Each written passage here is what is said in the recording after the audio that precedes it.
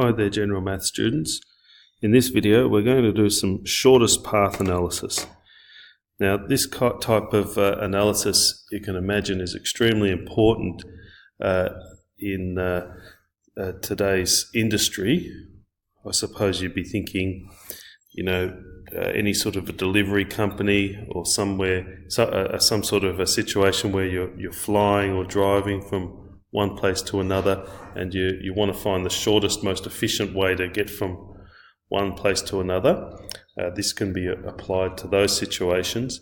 And also, let's say that you were looking up a route between places to drive your car, and you'd be accessing some sort of global positioning system, a GPS, some sort of online map thing, and the computer that would run this algorithm or an algorithm similar to this in order to find the shortest distance for you to travel along to get to your destination. So let's have a go at a couple of different methods for this.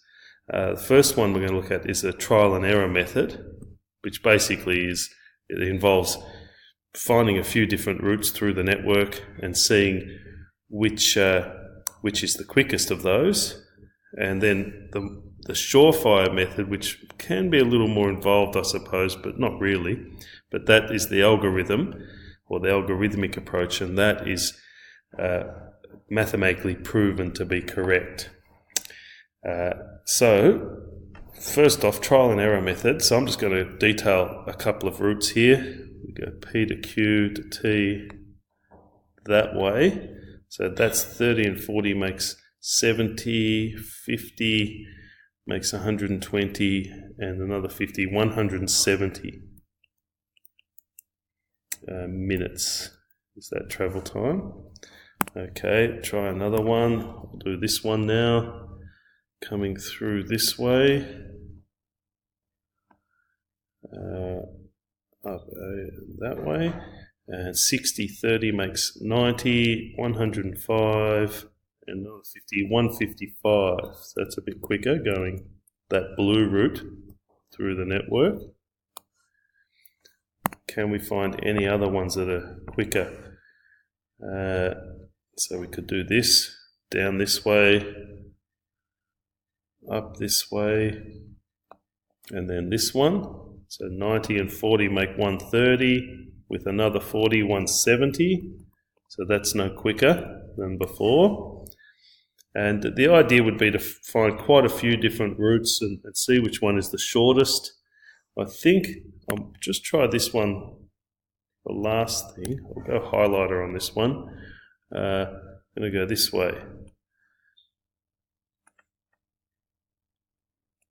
Okay, and that way. Now that gives us 60, 30 makes 90, and 10 makes 100, 140 minutes.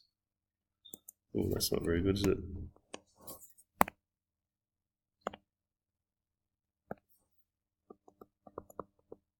For that yellow one, 140 minutes. So that's the shortest I've been able to find so far. Maybe you want to keep looking and see if you can find a shorter way through the network. But let's see if that is in fact the shortest way by doing the algorithmic approach. You might want to pause the video and look for some other different routes and see if you can find something shorter first. Okay, so I'm going to have a go now at the algorithmic approach. So what we do is we start here at P, at the beginning, and it's 0 minutes to P, right?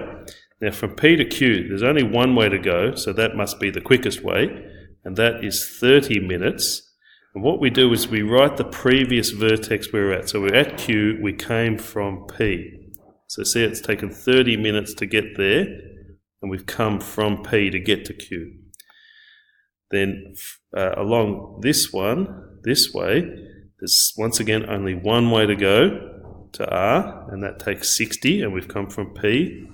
And same with this last one, to get to S takes 90, and we've come from P.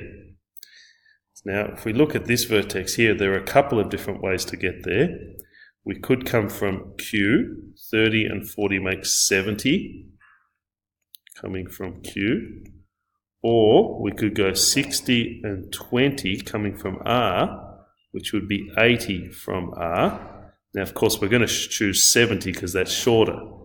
So let's lock that in. So you can keep a little note on the side as you go like that, and then fill in the circle after, if you like, or you can just, if you make a mistake along the way, just scrub it out and put the new entry in as you go. So the idea now is to find the quickest way to each vertex from the previous vertex. So looking at here, from going along to U, there's really only one option here, and that's from R. So 60 and 30 makes 90 coming from R. And then coming down here from 90 and 40 makes 130, or we could go 90 and 10 makes 100.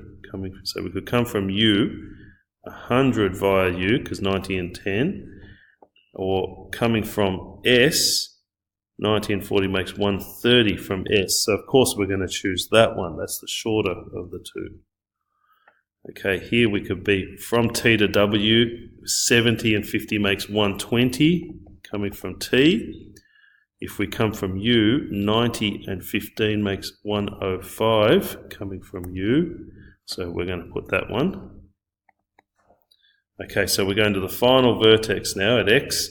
If we came via W, 105 and 50 makes 155 coming from W. If we come from U, 90 and 70 makes 160 coming via U. And if we come from V, 140 makes 140 coming from V. So that's the shortest one. So 140 coming from V. Okay, so now the idea is to track back 140 from via V. Okay, so that means we got to here and we came from V, which was here, and then the previous one was U, so we'll go to U next. Then the previous one was R, so we'll go to R next, and finally the previous one was P. So that's how you find your way back along that shortest route. Just look at the previous predecessor or the previous vertex that came from.